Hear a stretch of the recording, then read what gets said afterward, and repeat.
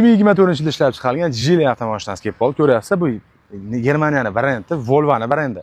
Bu вообще zo'r holatda mashina. 2024 19 ming yurgan, 360 gradus kamera, polasa удержания, proyeksiya. Bundan tashqari mashinaning saloni полностью кожаный salon. Ko'ryapsiz, monitorlardan ko'rasiz, bitta, ikkita, uchta monitori bor. Mashina вообще zo'r holatda. Sigan обогрев, sigan охлаждение, sigan pamyat, siganlari hammasi elektropaket. Bu mashina salonida juda ham qimmat, lekin bizning kanalda arzon xudo xolasa. Maza qilib inalarga haydasi, mana obunachilar. Panorama lyuki polni ko'ryapsiz.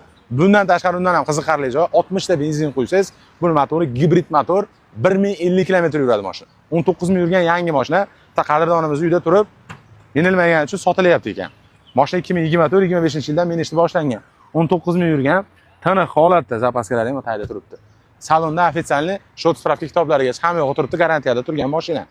Hech qanaqa расход yo'q, olasiz просто minasiz. Aytib o'tganimdek, mashinani hozir kapotini ochib bitta ko'rsam, polasa удержания, 360 kamera, xo'p, cruise control, climate control, hamma narsasi bor. Hech qanaqa расход yo'q. Olasan men esa 2 marta tortish kerak ekan. 1 marta tortilmas ekan. Birinchi marta obzor qilgan uchun ochiqlangan kemasi BMWga o'xshab 2 marta tortilar ekan. Xo'p, mana motorlari. Buni aytgandek, mana gibrid motor o'zini o'zi zaryad qiladi. Buni zaryadga qo'ymaysiz. 60 ta benzin quysangiz, o'zini o'zi zaryad qilib, ham tokda, ham benzinda yuradi. Вообще zo'r holatda. Narxiga keladigan bo'lsak, narxi aka aytayapti, pul zarur bo'lgan xonasiga $29 ming kelishadigan xonasi bor deyapti.